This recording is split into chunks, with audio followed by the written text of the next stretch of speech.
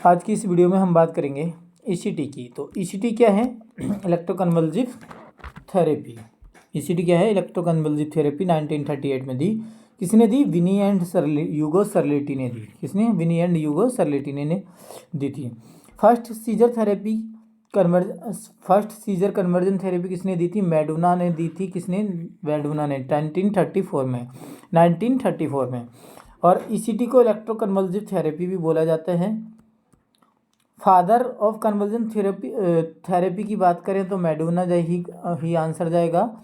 और first use कैसे किया था इन्होंने फादर ऑफ कन्वर्जन थेरेपी को यूज कैसे किया था? कैम्फर ऑयल की सहायता से यूज किया था। इंसुलिन कोमा थेरेपी 1927 में। इंसुलिन कोमा थेरेपी 1927 में पब्लिश हुई थी। 1933 में साकेल ने किया था और सिजोफ्रेनिया नाम का एक वर्ड के लिए यूज किया था, बीमारी के लिए यूज किया था।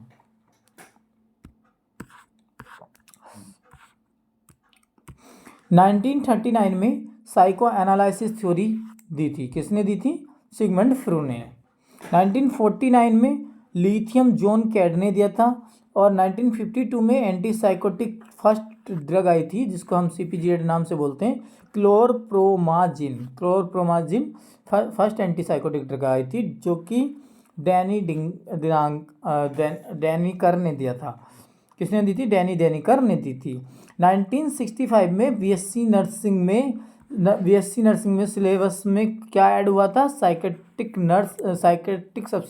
सब्जेक्ट ऐड हुआ था 1965 में साइकेट्रिक सब्जेक्ट ऐड हुआ था बीएससी नर्सिंग में, ठीक है। और 1975 में क्या हुआ था? एमएससी नर्सिंग आई थी दिल्ली में। कौन सा? राजकुमारी अमृत कौर नाम का जो कॉलेज है वहाँ पे।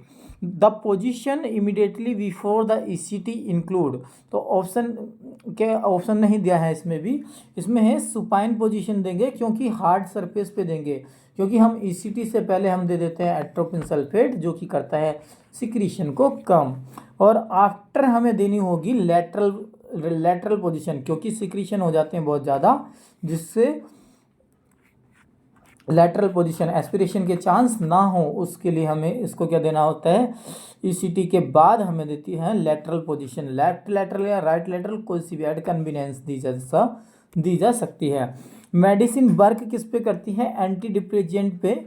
जो मेडिसिन है जो उसका वर्क कैसे करती है? एंटी डिप्रेजेंट 3 वीक मिनिमम चाहिए होते हैं इसके लिए। कितने वीक चाहिए होते हैं? 3 वीक मिनिमम चाहिए होते हैं। लिथियम में 1 to 2 वीक में काम करती है। एंटीसाइकोटिक 1 वीक तक काम करती है। और ऐसी कौन सी दवाई हैं जो मोर देन 3 to 4 वीक नहीं दी जा सकती? उनका नाम है सेडेटिव। उनका नाम क्या है? सेडेटिव दवाइयाँ 3 से 4 वीक से ज़्यादा नहीं दी जा सकती। इन मॉडिफाइड ईसीटी में ड्रग यूज़ कौन कौन सी की जाती हैं? तो कौन कौन सी यूज की जाती हैं? सक्सिनिलकोलिन, थायोफेंटोल, एट्रोपिन सल्फेट। मॉडिफाइड ईसीटी में कौन सी ड्रग यूज की जाती है? सक्सिनिलकोलिन, थायोफेंटोल और एट्रोपिन सल्फेट। मस्कुलर रिलैक्सेंट है कौन सा? सक्सिनिलकोलिन। क्या है? सक्सिनिलकोलिन क्या है? मस्कुलर रिलैक्सेंट है। सक्सिनिलकोलिन है क्या? मस्कुलर रिलैक्सेंट है।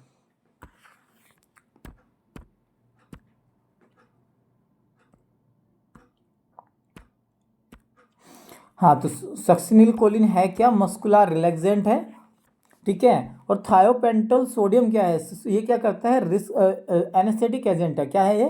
थायोपेंटोल एजेंट सोडियम क्या है? एनेस्थेटिक एजेंट है। एंजाइटी को कम करता है, फियर को कम करता है, ठीक है। बात करते हैं एट्रोपिन सल्फेट क्या करता है? रिस्क ऑफ एस्पिरेशन को कम करता है, क्योंकि हम इसको हम फॉस्फोरस पॉइजनिंग के लिए भी दिया जाता है। और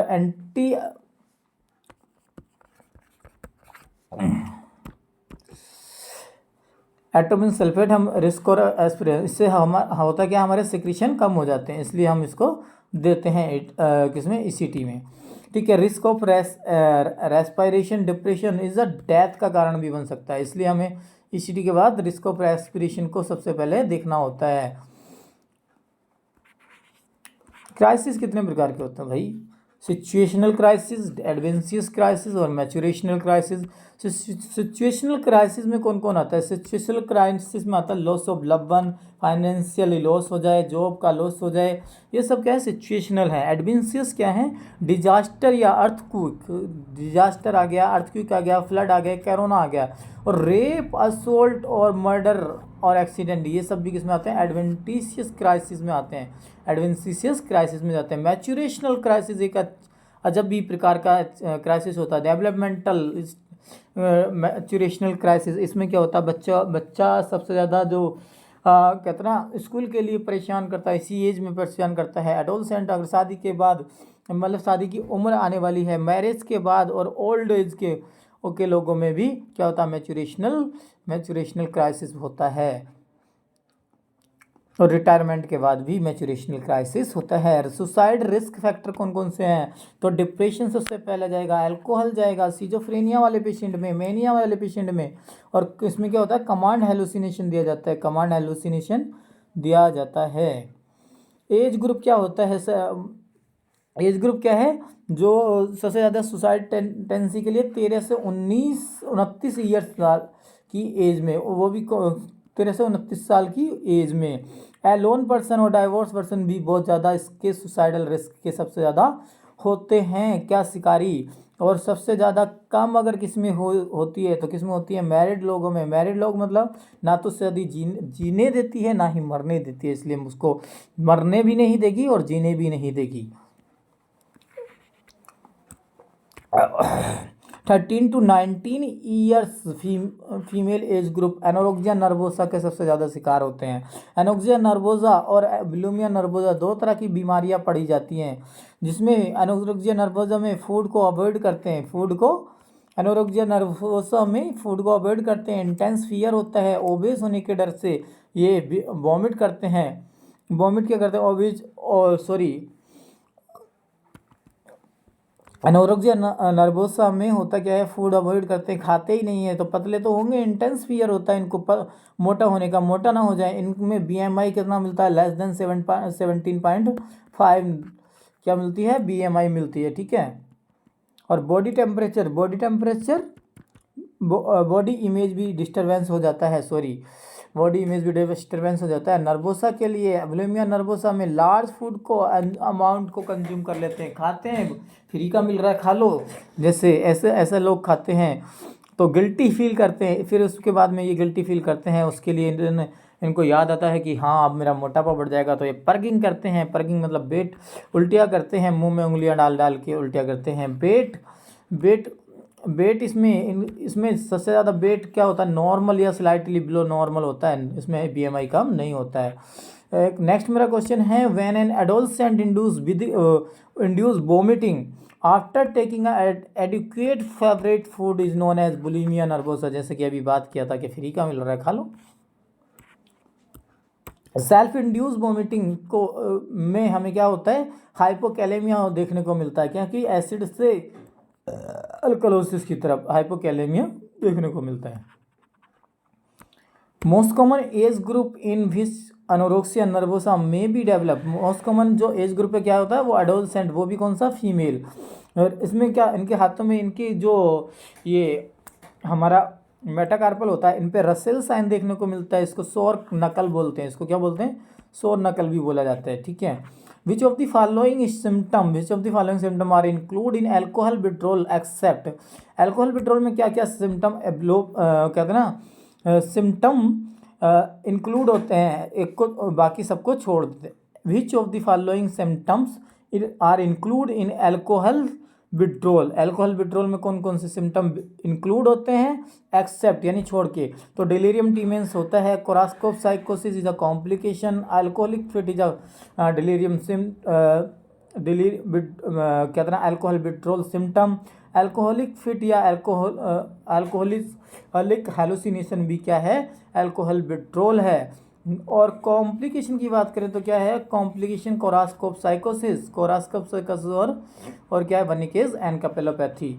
विड्रॉल सिम्टम की जैसे कि हमने यहाँ पे लिख रखे हैं, विड्रॉल सिम्टम में डिलीरियम ट्रीमंस है, अल्कोहलिक हेलुसिनेशन, अल्कोहलिक फिट या सीजर, रम्स फिट इसको पहले बोलते थे। कॉम्प्लिकेशन में कोरास्कोप साइकोसिस और वर्निकेज एनकेफेलोपैथी।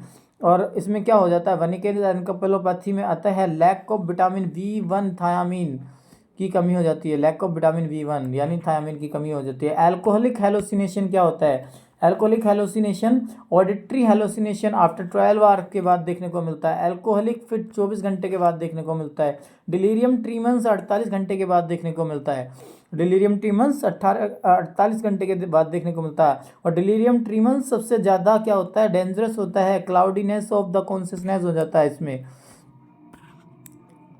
और टॉनिक क्लोनिक सीजर आते हैं इसमें, क्या आते हैं, टॉनिक क्लोनिक सीजर आ देते हैं। विजुअल हेलुसिनेशन देखने को मिलता है किसमें, डिलीरियम ट्रीमंस में, डिलीरियम ट्रीमंस में।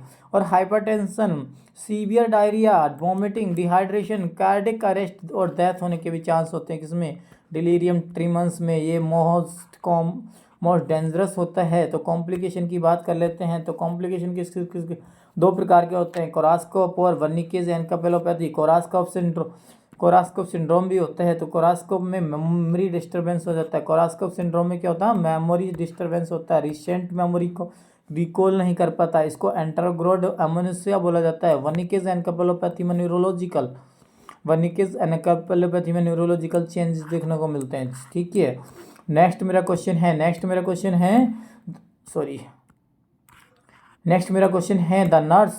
The nurse is monitoring a hospitalised client abuser alcoholic which findings should the alert nurse to the potential for alcoholic withdrawal delirium। तो इसमें क्या होता है, हाइपरटेंशन तो होगा नहीं, हाइपरटेंशन होगा क्योंकि विड्रॉल के सिम्टम है। तो change in level of consciousness and hallucination, इन दोनों ये सब आंसर करेक्ट बैठेगा इसमें। नेक्स्ट मेरा क्वेश्चन है एल्कोहलिक हेलुसिनेशन इन alcoholic withdrawal patient.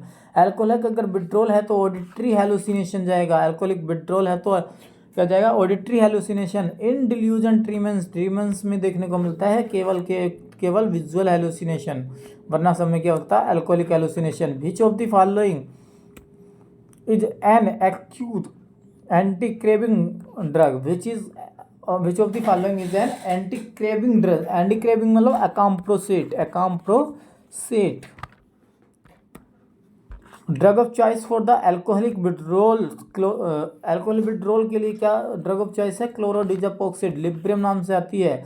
Anti craving अकाम्प्रोसेट और एवर्सन एजेंट को क्या बोलते हैं, डाइसल्फिराम, यानी मिलादे राम से कौन बिना बनाए शराब छुड़ाएं, इसके लिए होता है अबर्जन एजेंट। और ओपियोइड एंटी क्रेविंग कौन होता है, मेथाडोना, जो कि एक ओपियोइड है मेथाडोना। और निकोटीन एंटी क्रेविंग क्या है, निकोटिन गम। ठीक है। The following delusion are common in depression except, following delusion are common in depression except. तो ऑप्शन है ए, डिल्यूजन ऑफ निहिलिस्टिक देखने को मिलेगा, डिल्यूजन ऑफ होपलेस देखने को मिलेगा, डिल्यूजन ऑफ सेल्फ एक्चुअलाइजेशन देखने को मिलेगा, डिल्यूजन ऑफ हेल्पनेस सब मिलेगा देखने को, डिल्यूजन ऑफ गिल्ट भी देखने को मिलेगा, लेकिन क्या नहीं मिलेगा, डिल्यूजन ऑफ ग्रैंडियोसिटी, क्योंकि ये तो खुद को बाप समझते हैं। हाँ ठीक है। तो delusion of nihilism, no existence of external world, यानी डिल्यूजन ऑफ निहिलिज्म का मतलब है no existence exit of the external word. तो डिल्यूजन ऑफ ग्रैंडियोसिटी ये कहता है खुद को भगवान, खुद को पावरफुल मानता है, खुद को खुदा मानता है, इसको कहते हैं। डिल्यूजन ऑफ होपलेस, यानी होप खत्म हो गई है, इस संसार में मेरा कोई है नहीं, कोई मेरा साथ नहीं देने वाला है। तो delusion of the self actual accusation, इसको कहते हैं आई एम रिस्पॉन्सिबल, यानी कोई भी दंगा हुआ, कोई भी घटना हुई, कोई भी लड़ाई हुई, कोई भी बीमारी हुई, सब के लिए बोलता है I am responsible for this. और डिल्यूजन ऑफ हेल्पलेस किसको बोला जाता है, तो everything is loss, no one can help me. तो डिल्यूजन ऑफ गिल्ट के लिए क्या बोलता है, no one can help me, helpness. और डिल्यूजन ऑफ गिल्ट के लिए बोला जाता है वीकेंड है, सिनर है। थैंक यू सो मच, मिलते हैं नेक्स्ट वीडियो में। अभी के लिए इतना ही। अभी तक अगर मेरे चैनल को सब्सक्राइब नहीं किया तो चैनल को कीजिएगा सब्सक्राइब। धन्यवाद।